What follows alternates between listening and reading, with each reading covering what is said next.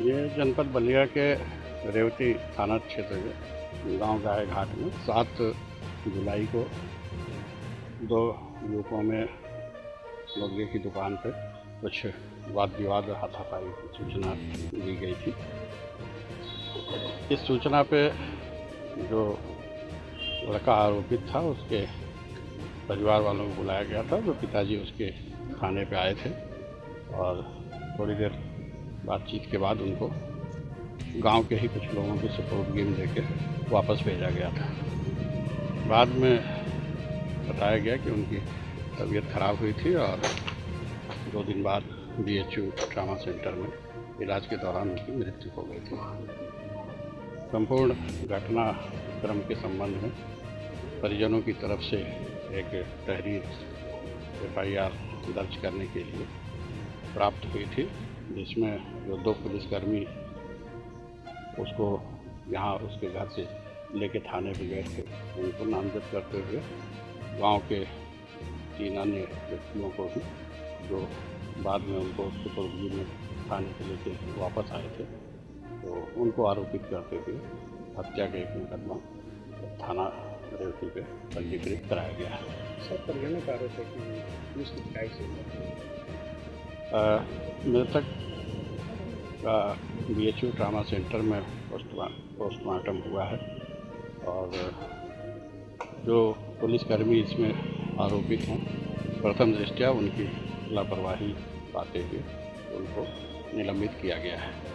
जो हल्के के दरोगा जी थे उनको और एक अन्य सिपाही को साथ में यहाँ से लेके गए थे। पूरे जो मुकदमा दर्ज हुआ है उसकी निष्पक्ष जांच पुलिस के राजपत्रित अधिकारी, महिला अधिकारी यहाँ पे CO लाइन्स बलिया में नई अभी बाहर से आई है, तो उनको उस पूरे मुकदमे की निष्पक्ष पारदर्शी तरीके से विवेचना करने के लिए निर्देशित किया गया है।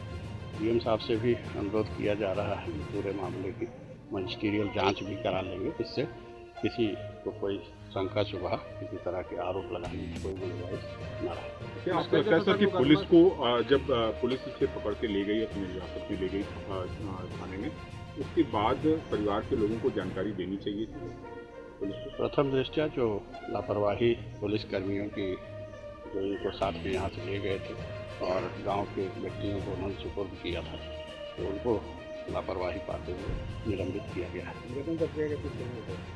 उसमें दोनों पुलिस कर्मियों को भी नामजद करते हुए परिजनों से तहरीर प्राप्त हुई थी और जो गांव के 2 अन्य एक और 3 को नामित गिरफ्तारी हुई। अभी राजपत्रित अधिकारी को विवेचना दी गई है। पुलिस उपाधीक्षक रैंक की महिला अधिकारी हैं, गंभीर हैं, काफ़ी अच्छा उनका तजुर्बा है।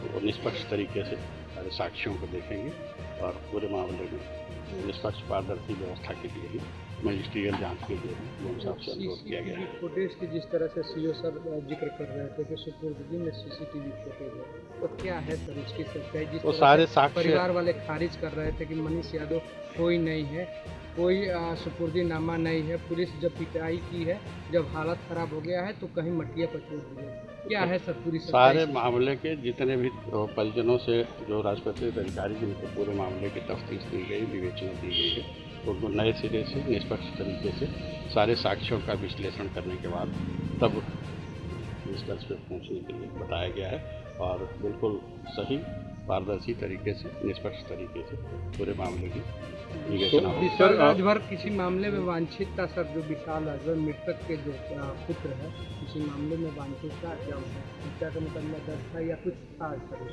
अभी उस पर कोई टिप्पणी नहीं।